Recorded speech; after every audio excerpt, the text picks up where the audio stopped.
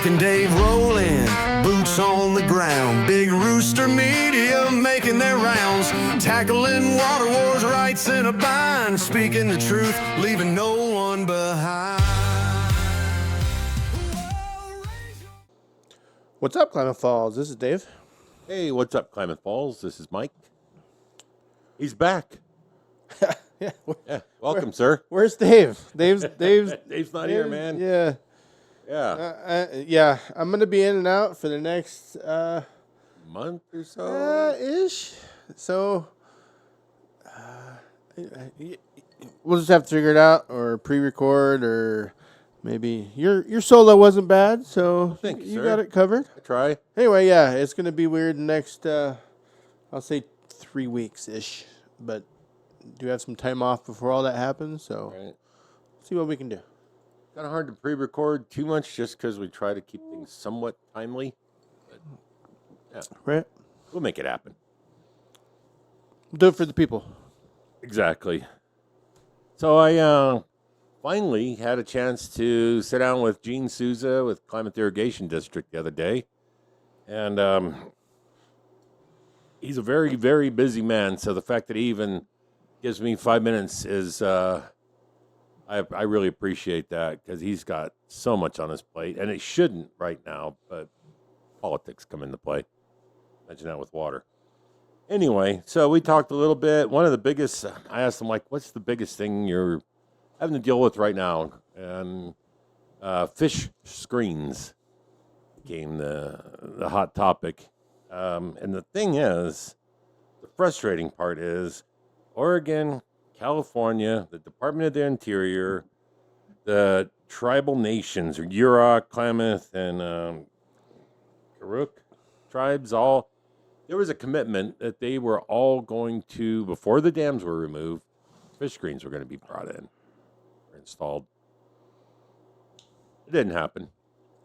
So now, by the magic of, well, I'm going to call it tanker trucks, fish are showing up all over the place in the Klamath River.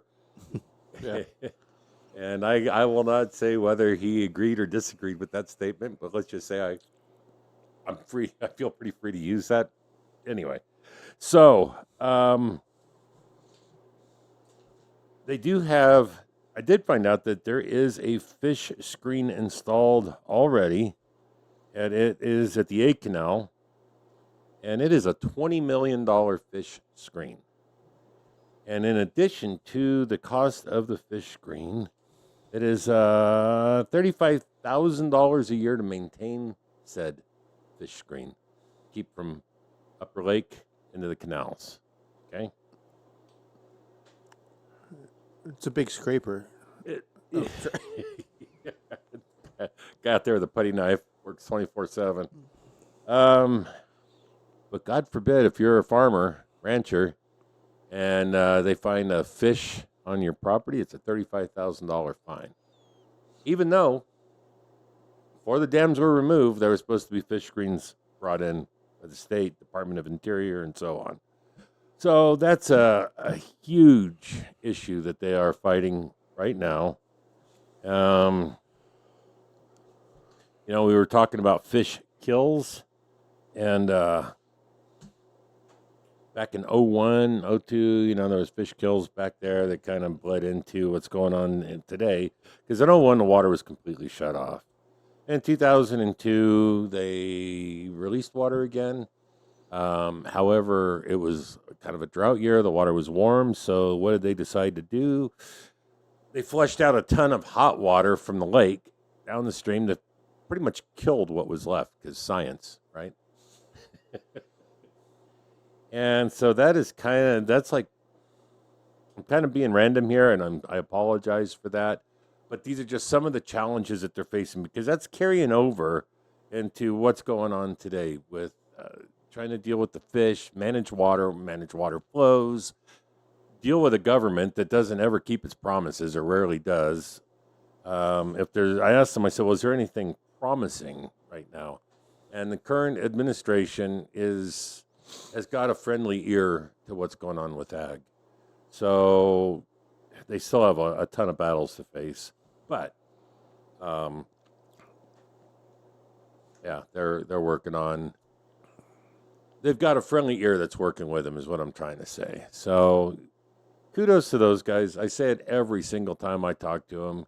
I don't know how you do what you do because you've got customers on one side that are not happy because of the services being provided, and you've got a government on the other side that's against you because they are denying you the services or the utilities that you need to provide said services to your customers.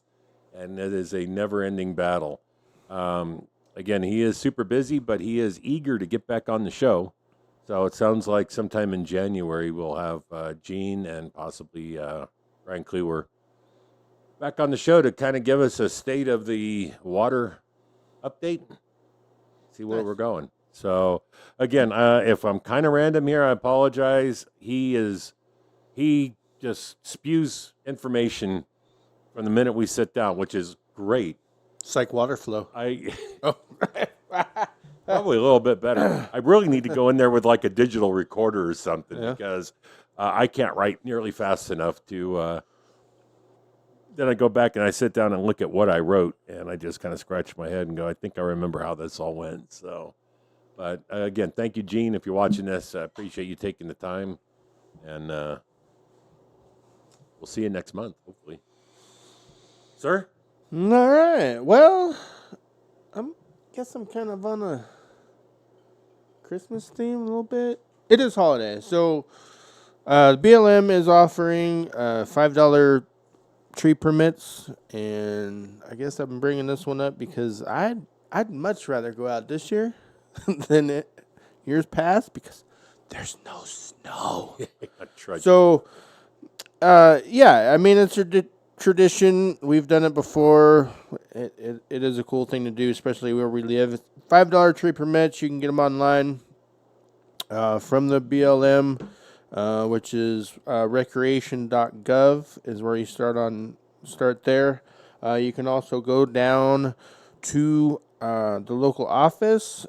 Please check local times operation because they are here and there sometimes being the holiday season, but you can get them in person or online. And I remember doing that. That's a cool thing to do. Just a quick aside, if you don't feel like doing that for whatever reason or aren't able to, my understanding is Mountain Valley Gardens down at the end of Washburn has got a very nice selection of trees over there as well. So, and there's always other stands that pop up around town, but Ben and them, they do a lot for the community. So if you're not able to get out and cut down your tree, then it might be something to consider. Well, I'm sure they have lovely trees down there. It's just a $5 tree compared to. I don't even want to know. Kind of the whole traditional thing, like you said. That's something I never experienced, but I kind of wish I would have when I was a kid. That'd be cool. We had a really nice tree for about 30 years. Gotcha. Pull it out and whoop. Yeah. Stick the branches in and good time, good memories. Sitting in the living room and Dad sipping on his whiskey and Mom putting the tree together and Dad pointing out where the wrong branches went. And anyway, yeah, good times back in the day. Sir? All right. Benefit for the Basin. Sure you guys are familiar with them. They put on a great car show and that every year. They've got the the donation for, holy cow, I'm drawing a blank when you give students. Car raffle? No, students a chance money to go to college. What's that called? Scholarship. Scholarship. There it is. Hey. Yeah. So the great people do a scholarship every year. They are looking for vendors for next year's event. So their benefit for the Basin event next year is May 30th. And if you are a passionate artisan, creative entrepreneur, or small business owner looking to showcase your products, we have an event for you. So if you're interested, if you'd like to be a part of a great cause, you can reach them several ways. They have a website, benefitforthebasin.com, or you can email them at BFTB, Benefit for the Basin. So BFTB vendors at gmail.com. or you can call or text 541-810-8201. But great people, great cause, always helping out the community. So might not be a bad idea for Big Rooster, huh? There you go. Yeah, I'll talk to some folks about that. Anyway, so hit them up if you have a small business or product that you'd like to get out there. Yeah, let them know. Over to you. Well, so I'm gonna combo a couple stories here, but OIT is blowing things up here. So kind of two OIT related, but so the Beavers Charitable Trust has donated $500,000 to OIT for their construction program. So you can go there, get technical, managerial, leadership skills in and around the construction business,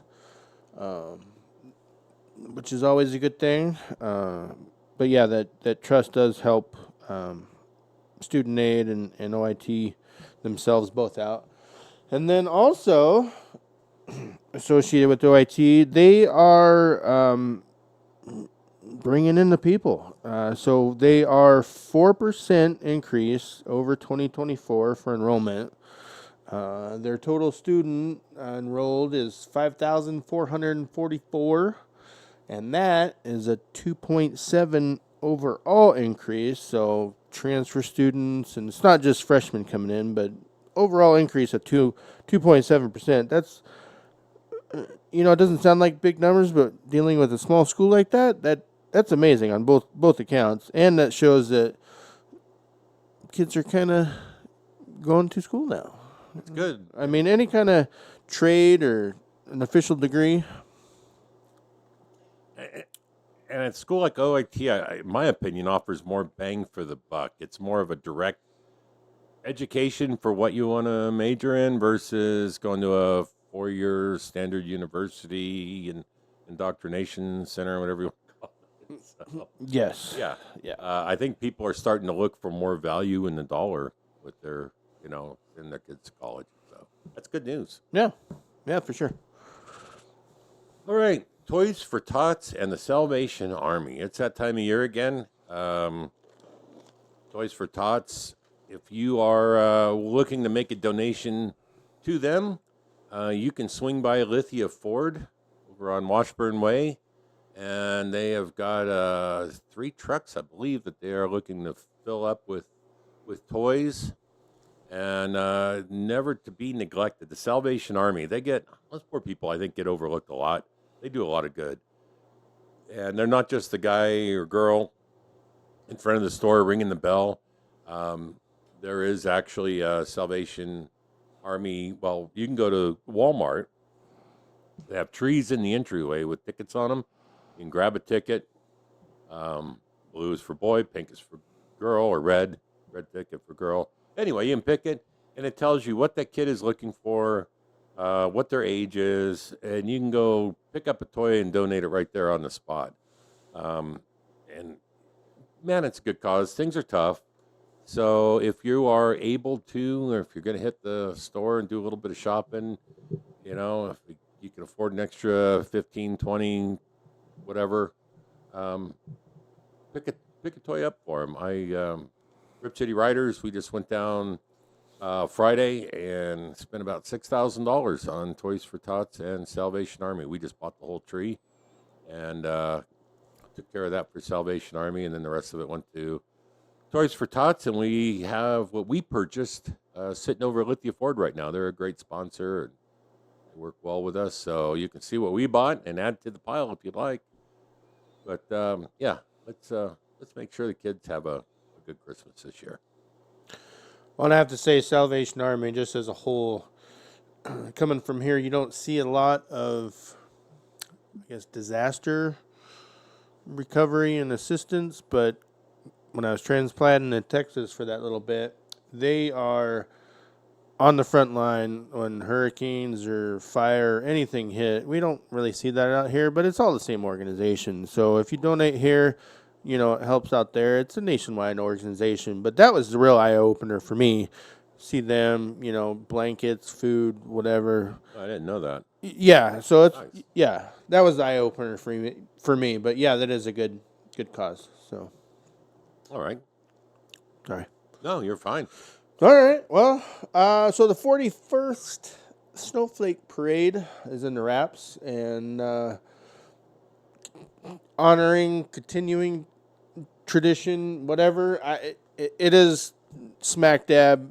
You can see it in the stores, traffic. It is ramping up. So, I guess just the PSA to slow down.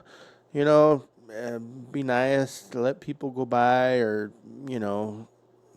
just A little holiday spirit. yeah. There you go. Yes, which is kind of.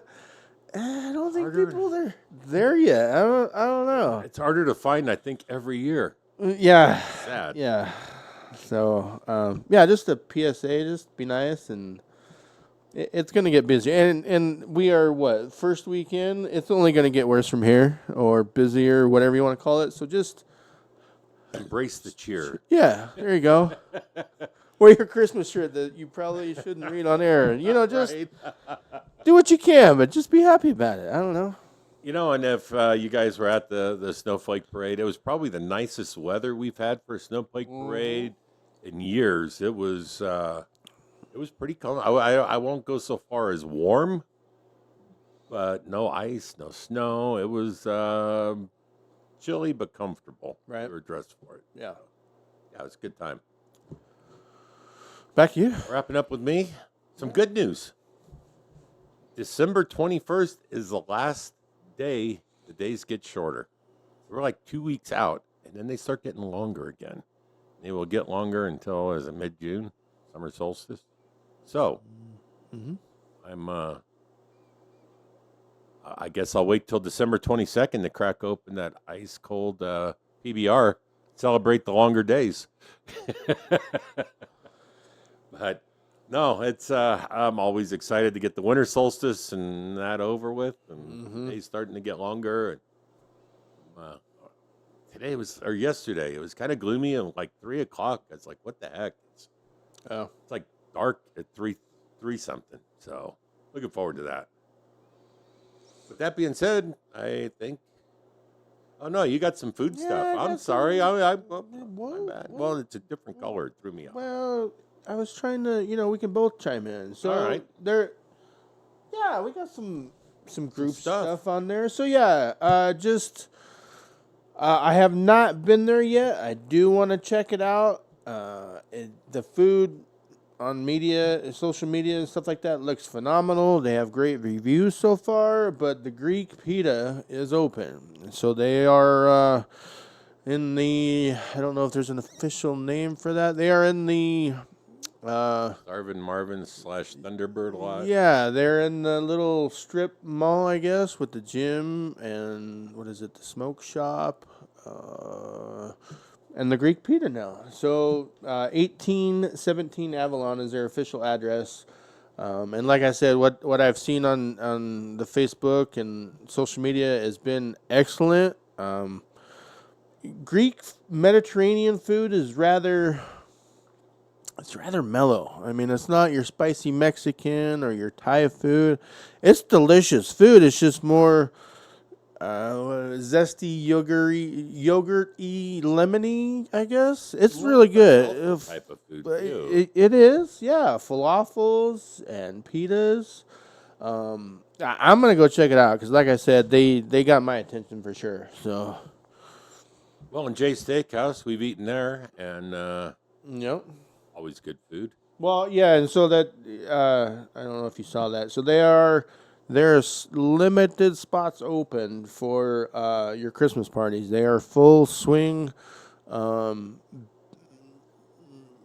taking Christmas parties. I mean, small parties, groups of 50, 60 or more. They can accommodate. They haven't changed the layout a whole lot yet. So that big banquet room is still there. They are getting people for corporate events, parties over on that side, along with serving food on the other side. So call them and get your spot while you can, I guess.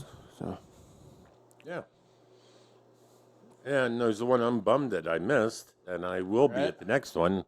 The Coop had their first Prohibition night. And from everything that I've seen and folks that I talked to that went to it, it was a big success.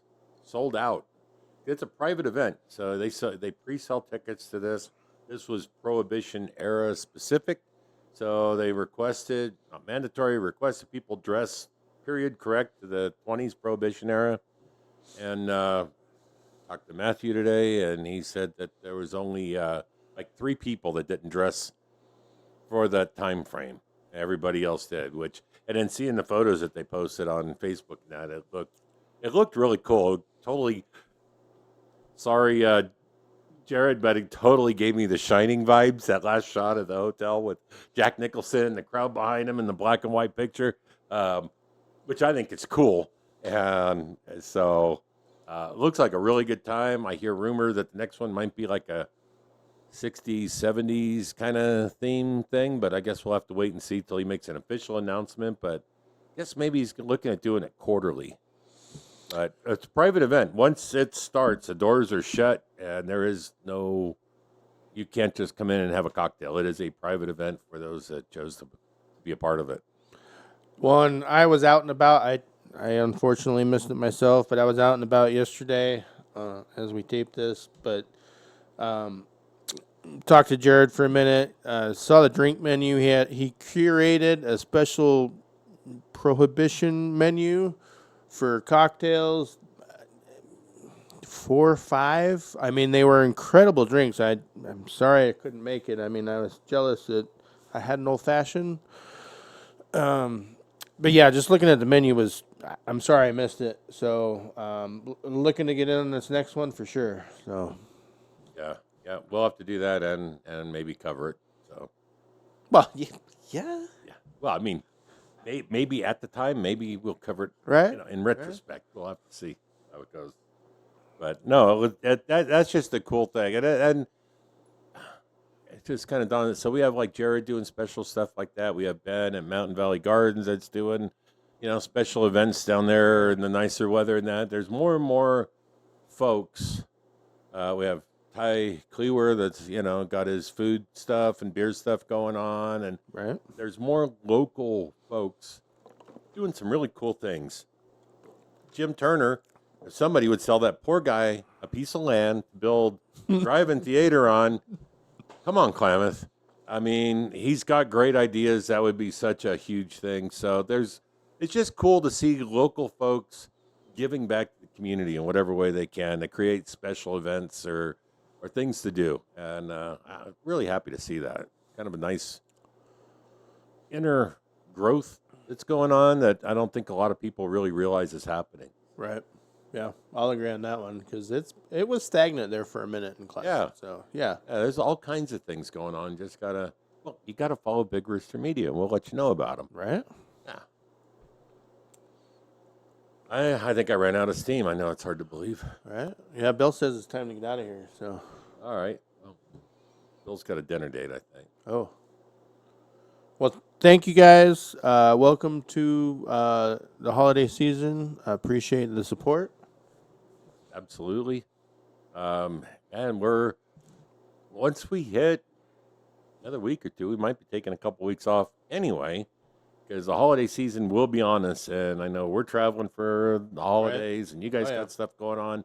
You're traveling immediately afterwards. And last year we did take a break for that's right. a couple weeks. So we might end up doing that, but we'll let you know if we're going to or not. And then please don't forget, we've transferred. We haven't had an episode the last 2 weeks of Day Drinking with Mike and Dave. That's going to change. But the 2 episodes that we've shared on Rumble have actually gotten more views than what they are here on YouTube.